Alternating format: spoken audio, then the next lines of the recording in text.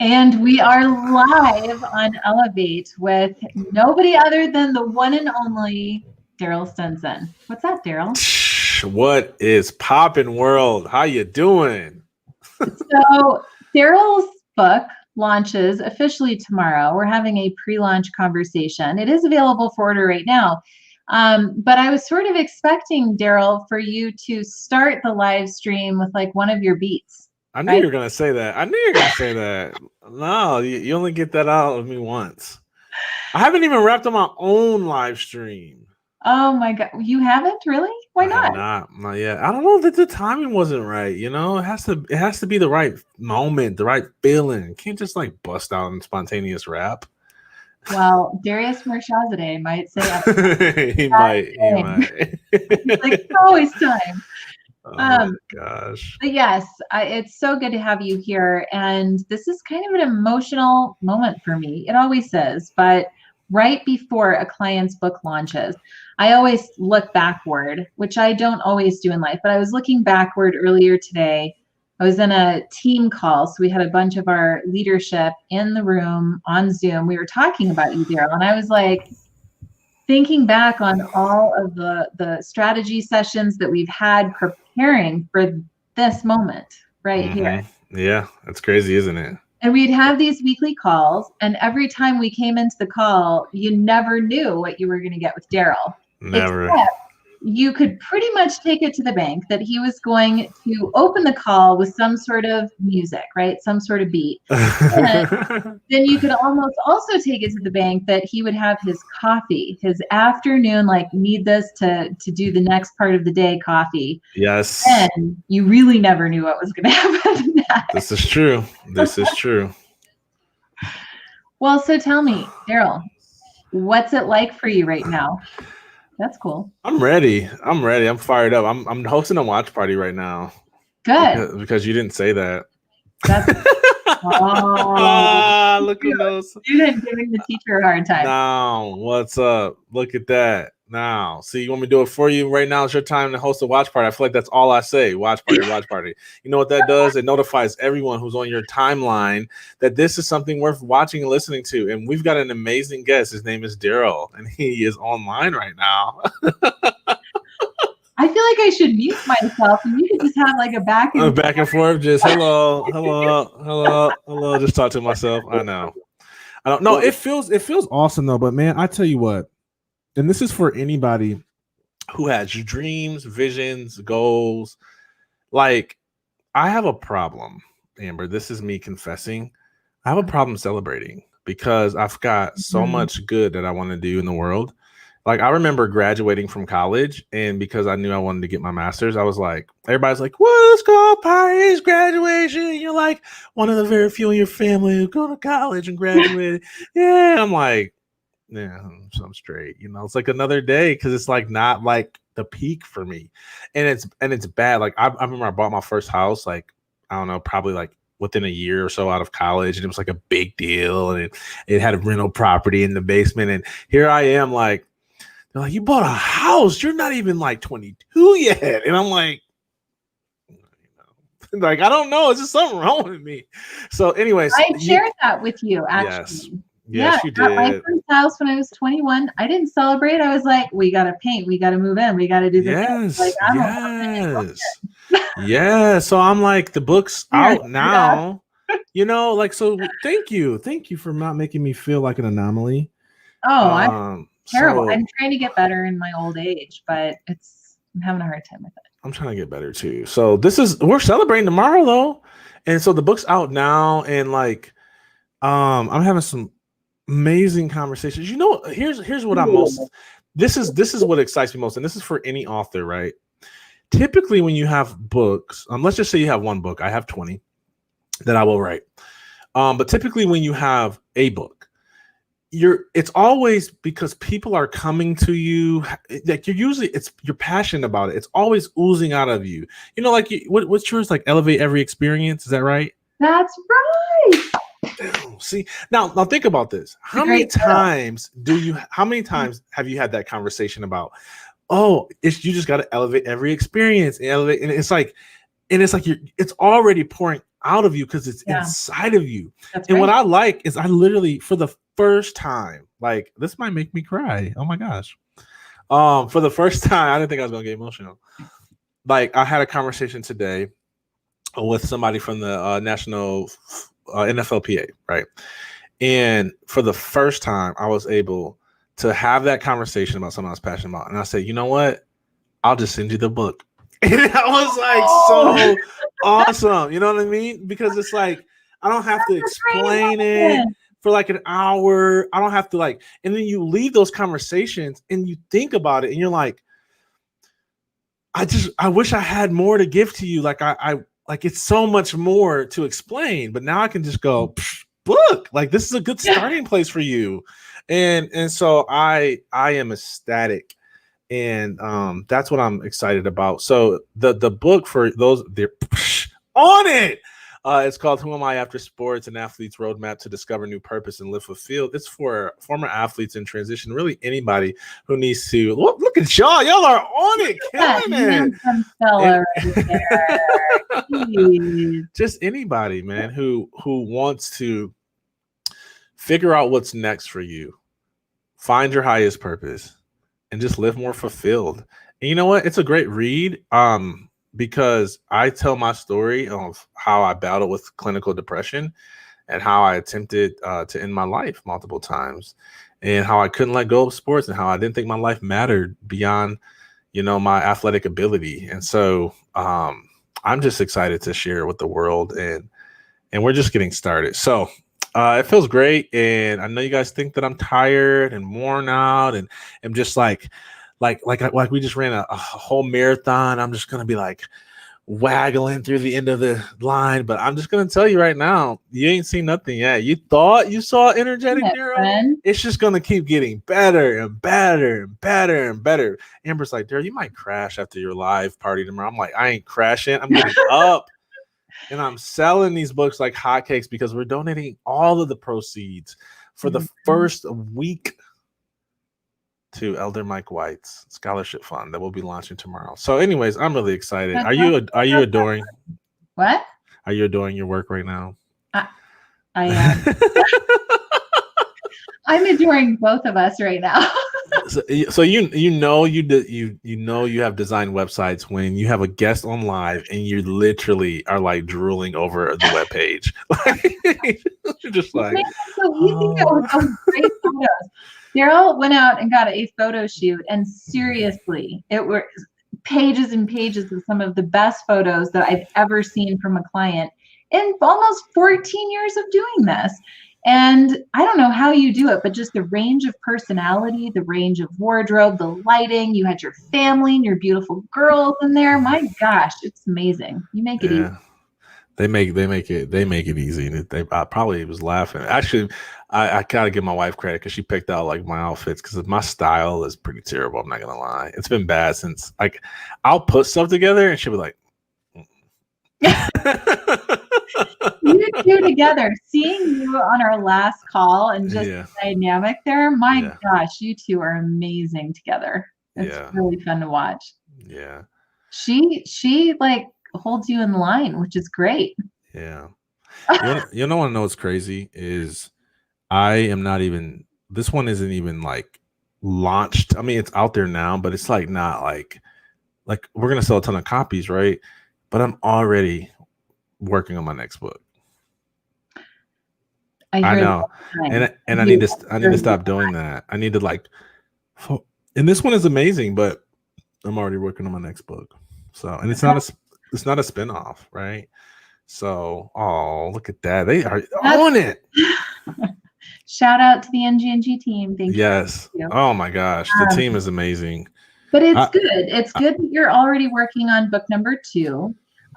When you're about halfway through your first book, it's common to say, I will never do this again. Like not ever. Oh yeah. There's a lull in the process that's brutal to get through that.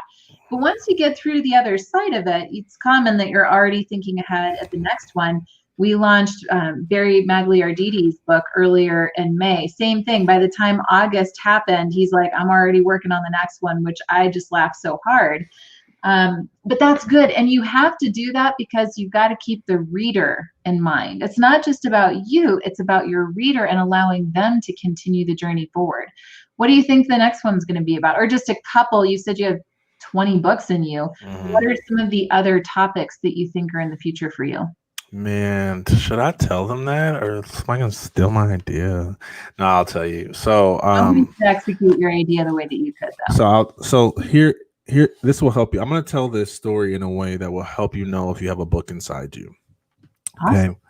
Okay. So we have an addiction recovery ministry here at our church, and I was speaking one day, and we were hosting our meeting in the youth room. There was about 70, 80 people in the room, and I was described. You ever speak and you realize like people aren't just like, they're like, wake up, like, where's the life, where's the energy, this is good stuff, like, and so it's one of those like moments where it's like trying to like shake them awake, and I could feel in my body, I could feel this like resistance to what I was saying.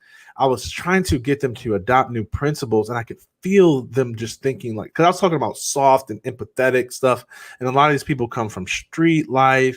And so I said to them, like, I said, all of you, okay, I gotta calm down.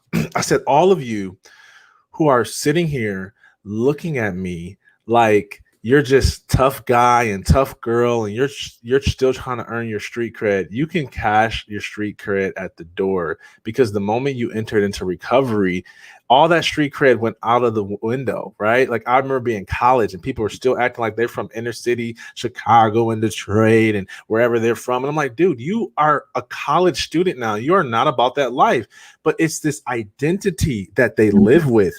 And so I started to go off and say, look, you have been taught a lie, and it's limiting you because you're living beneath your potential, because you think you got to keep up with some identity that's not serving you well. This street identity isn't making you a better person. It isn't better in your family. It isn't helping anybody. And so I like had this righteous indignation about me, and I snapped, and I probably got out of character a little bit. I didn't swear in church, thank God. So I leave, and I'm in my car, and I'm processing it. Like, I anytime you have high emotions or low emotions, right, I tell people to process it. So I'm processing. I'm like, man, what was that? What was that? And that's where the idea was birthed. It's called 21 Lies. It's called Street Lies, and 21 Lies that the streets taught me. And it's all about these lies that I learned growing up in the streets that limited my potential, tried to ruin my future. And so thank you. Also nice. So yeah, that's just one. I want to write a book about things that they didn't teach us in school. Excuse me, gotta change my wording. I'm going to write a book about things they didn't teach us in school. I'm gonna write a book about and I think I spoke about this on the last Elevate show I was on, about how to be highly successful at anything you set out to do, by mastering your mindset, your skill set, your network. And so how do you master your mindset, your skill set, your network? So I'm going to write that. I'm going to write a book on mental health. I'm going to call it Bootstrap Mental Health, right? And it's for all the people who don't want to learn all the science. Like, I remember when I was going through depression, I was reading these books, and people started explaining all these chemicals. And I'm like, dude, I don't want to become I don't want a PhD in this. I just want to not feel low. Like, what about that? Can we start there? And so I'm going to write a book called Bootstrap Mental Health. You want me to keep going? This is awesome. I mean, I never want to stop listening to you. What I appreciate about you, Darryll, is that you are like this never-ending well of wisdom. Thank you. Like, you're this cool guy on the outside, nice smile, cool backstory, intense backstory. But like, the more I get to know you, I love this guy knows what he's talking about. It's okay. But I love when you go deep and you tap into that wisdom that's really inside you. And on that vein, you talked about reinvention. Yeah. And there's a lot of people right now on the planet that are just feeling the weight of the world, right? Mm-hmm. So much so that there is a layer of depression that's coming in, and people are just not feeling themselves. And they might be wondering how to process those emotions, or if they should reinvent. Is there anything in your heart to share right now with people that are in that state and how you can offer them some wisdom to overcome, either process some of those emotions and or reinvent. Yes. Step number 1, stop complaining. Step number 2, stop looking in the past. It's not going to serve you. You can't move forward while looking through the rearview mirror. Step number 3, choose right now that you're going to leverage this season to do something that you would have never been able to do had this not happened. Number 4, practice gratitude. Realize that as bad as it may be, and I'm not trying to minimize anybody's struggle, but I'm saying as bad as it may be, like if you're in America, like you've got running water, right? And there's people in other parts of the world that don't even have that. And there's people who don't have, and people, every time I say that, like there's always this resistance, like, oh, I'm just supposed to be grateful that, and I'm like, yeah, exactly. And I said, all right, I bet you, like, I promise you, when you imagine this, right? This is a good exercise to practice gratitude. Like if you have trouble doing it, like I just say, just be grateful for something. But if you really have trouble, like genuinely being grateful for something, here's an exercise you can do. Literally imagine the last time you were sick, like with pneumonia, the flu, like whatever, and you thought you were going to die and your stomach hurt, or forget it. Remember the last time you were hungover and you wanted to be over, like the moment you got over it, the moment you got through your hangover, the moment you got over that sickness, weren't you grateful for your health? And so I promise you, there's things that now you've been grateful for. So that is a great way to practice gratitude, is think about like how grateful you felt for your health, and then put those in emotions, find things to be grateful for, because it's something about your thoughts that attracts more of that into your life. If you think about negativity, you get more negativity in your life. But if you think about good things and gratitude, it's just like more good just keeps coming. That's how we elevate every experience. See what I did there? That was hot. You ready for this? Yes, I did. Listen, promo, but what? I'm gonna read something to you. It was Friday, August 17th, 2012. I, 6'5", former Division I athlete, lay shivering violently on a freezing metal hospital bed in a psychiatric unit at Henry Ford Hospital in Detroit, Michigan. A broad-shouldered, middle-aged doctor walked into my room, introduced himself, and said, "So tell me, Darryll, why did you attempt to kill yourself?" He asked in a way that I could tell he was used to seeing people at their worst. "Leave me alone.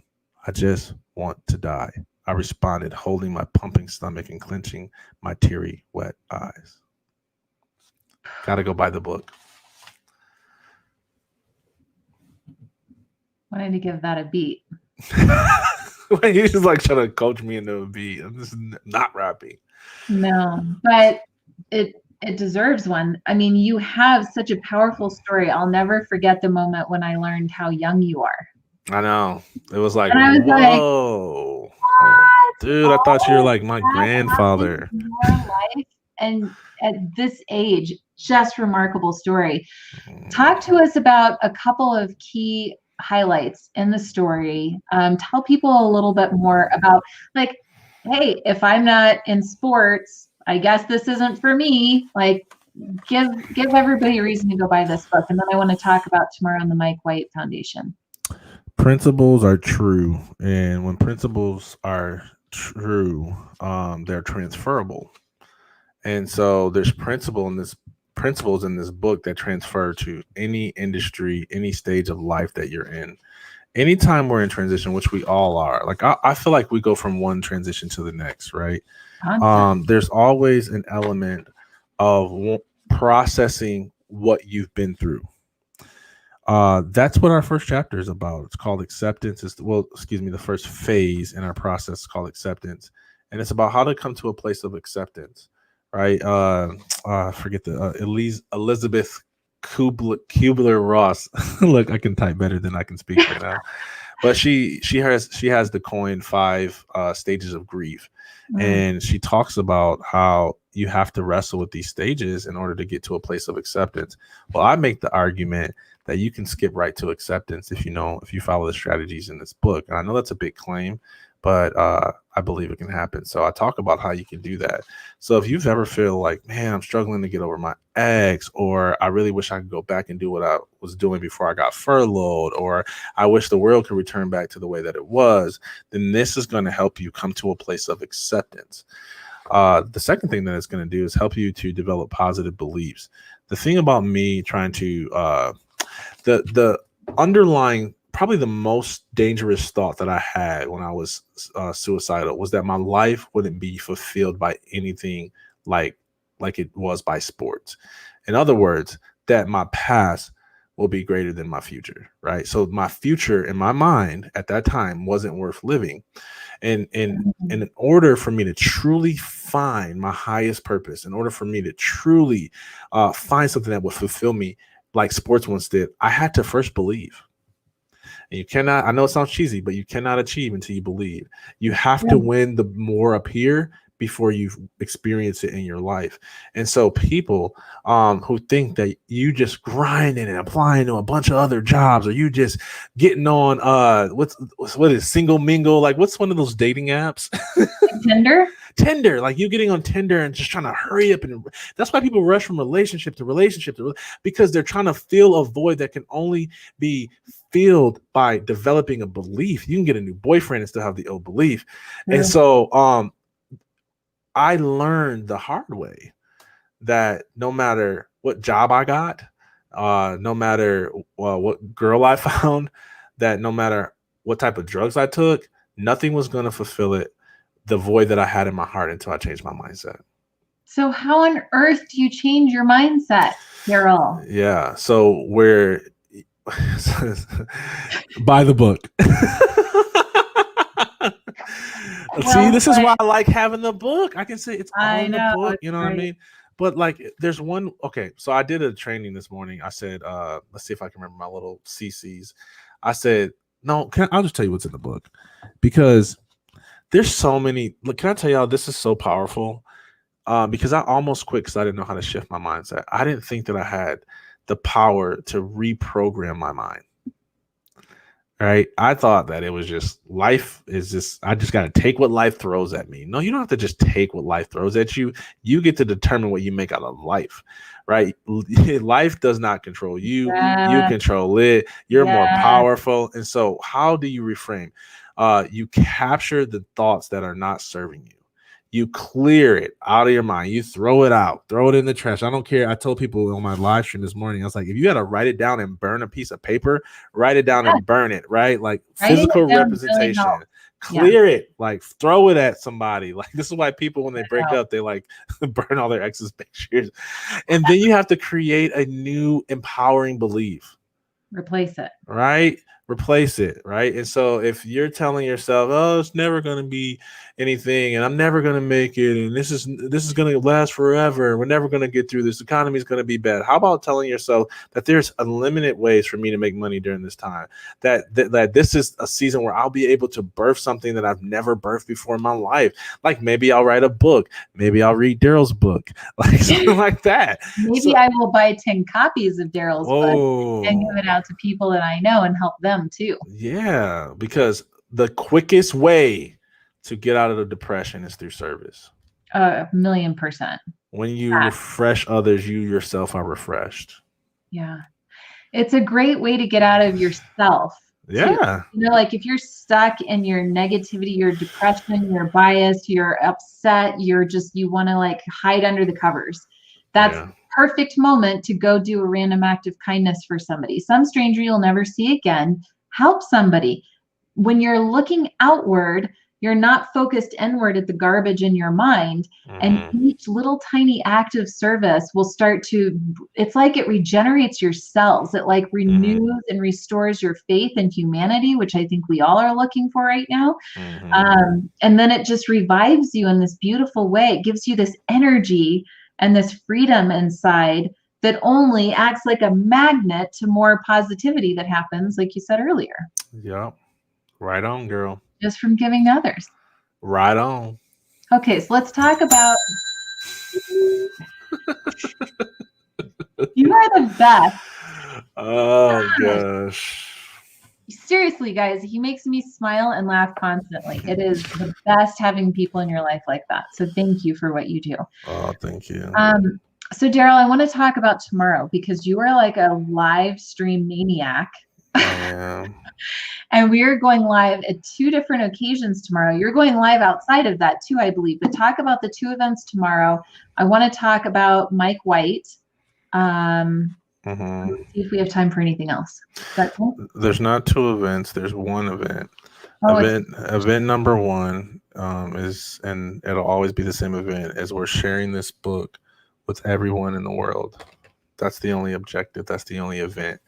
Now we do have 2 segments of live streaming. We're gonna start at 1:30. We're gonna start with former NFL pro Isaac Jones.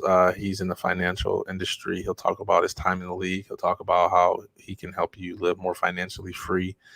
Great guy. And we've got some other guests throughout the day. And then we'll take a short break. I want to say at like 4. And then we're coming back strong at 6 o'clock. Eastern Standard Time. Thank you. 6 o'clock Eastern Standard Time. And then the party gets started, right? Then it's like full on launch party. We've got musical performances. It's going to be rappers. I will probably rap then. You'll get to hear from former pro. You'll get to hear from 2 former pros, actually. My former teammate, Dan Lefevre, is going to join us. You'll get to hear from my family. So that's going to be special. My wife, my dad, my mom, my grandma might even say some words. So you'll get to hear all that I know, you'll hear through them. And then my pastor is going to come on and he's going to share something about being destined for greatness. And so if you feel like you've got purpose inside of you, which you do, you're going to want to tune in and stay to the end to hear about that. That's awesome. So tell me about Mike White. Yes. So Mike White, you're supposed to say this for tomorrow. No, I'm spoiling it. True story. I was walking around the football when I was in college, walking around the football room, and you just hear this guy walking around, slapping people high five, saying, "How's your spirit man doing?" Nobody knew what he was talking about. And long story short, Mike White was the chaplain to our football team, and he was always invested in the athlete's success off the field. So when everybody was he would always say, "Man, this football can't last forever. You can't take it to the grave with you. But you know what? Your values matter. God is what matters. Man will let you down. God will never let you down." And so last year, I believe, it's time just flies by. Yeah. We were on vacation in Florida. Took our family to a week-long trip, and we were going to go to Disney and spend a couple of days at Disney. And then we had an Airbnb that we were just spending time with the girls. And we get this phone call that Elder Mike had a heart attack in the middle of a marriage counseling session. And this is on my way to the beach, Amber. And we get this phone call, and I'm like, it's all right. I mean, he's Mike White. Like, he's going to be fine. Like, nothing's wrong. And then I checked, I literally wasn't even worried. I didn't even pray because I was like, it's fine. Like, he's good. Like there's nothing wrong. And then I looked on Facebook and I saw his son post a photo of a helicopter picking his dad up and rushing him to the hospital. And I started praying then. And, he passed away. And he believed in me before I was even a thing, man. Before I even looked like there was something to believe in. Like when I was a little scrawny freshman, he was one of the first ones I told about my vision for second chance athletes, and I'll never forget. It's in the book. I never forget what he said. He said, "Oh boy, oh man!" Like he said, "TD Jakes is gonna be calling you for an interview." And he didn't even listen to what I had to say. Like, he had no clue what I was trying to tell him. But he just so believed in me, and he did that with everybody. And so in his honor, his legacy, because he had such a passion to help community and to really serve youth in the inner city and help them get involved in sports, we're going to be donating the proceeds of every book that is sold within the first week to our Elder Mike White scholarship. And so I'm so excited about that. Yeah, it's very special. So I just encourage everybody to join us tomorrow 6 p.m. That's beautiful. Thank you. I remember on the call when we got to the point of this idea, and we had been talking about maybe doing a live stream, or would it be a family celebration? What could it be? What could it be?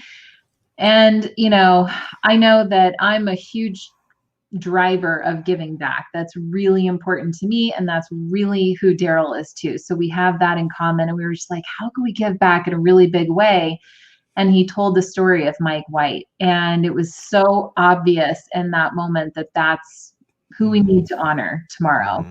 And so I want to invite everybody to buy 10 copies of Darryll's book. All proceeds are going to go to Mike White for inner city youth programs. And so Darryll is making nothing off of all of that, you know, hard work to get this book out, because it's in his heart to help people.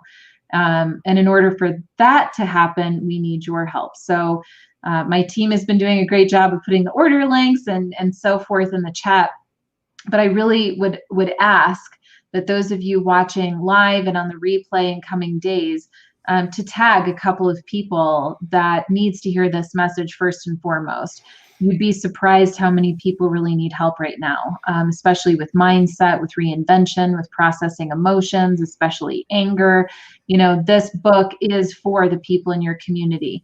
Encourage you to buy 10 plus copies. They're good for book clubs. They're good for Christmas or holiday gifts. It's good for team gifts. It's good to donate those copies to, you know, local football, you know, high school football crew, team. Somebody didn't play football. No, but I did play almost every other girl sport. Did you really? Mm-hmm. Oh, dang. Just and throw you under the bus softball, volleyball. I also did a bit of Kenpo karate for like 3 years. I was pretty good at that. Really? Yeah, I even like won an award and everything. Are you serious? I was teaching little kids. Also, I was like 16, 17 years old, and I was teaching like the little toddler group how to do Kenpo karate. And I got all the way to my brown belt. And then I was like, I'm done. Like I didn't finish to get my black belt, but I didn't need it. I got love it. from the experience, right? I love it. Isn't that crazy? Okay, so you're in a stadium full of people. There's a microphone in front of you. There's an opportunity to say one last thing to the stadium of people, like anything looking back on your life, your family, what you've learned, Mike, this moment of writing the book, the celebration. What's the one thing you want to share with the stadium today? I can't remember who said it, but somebody wiser, smarter than me said the two most important days of a person's life is the day that they were born and the day that they found out why. Who Am I After Sports will help you find out why. Go buy the book. That's good. Thank you, Darryll. Thank you for everything that you do every single day for others. And thank you for keeping yourself strong so that we can all gain from your light. Appreciate you big time. Love you guys. See you next time. Join the party tomorrow. It's going down.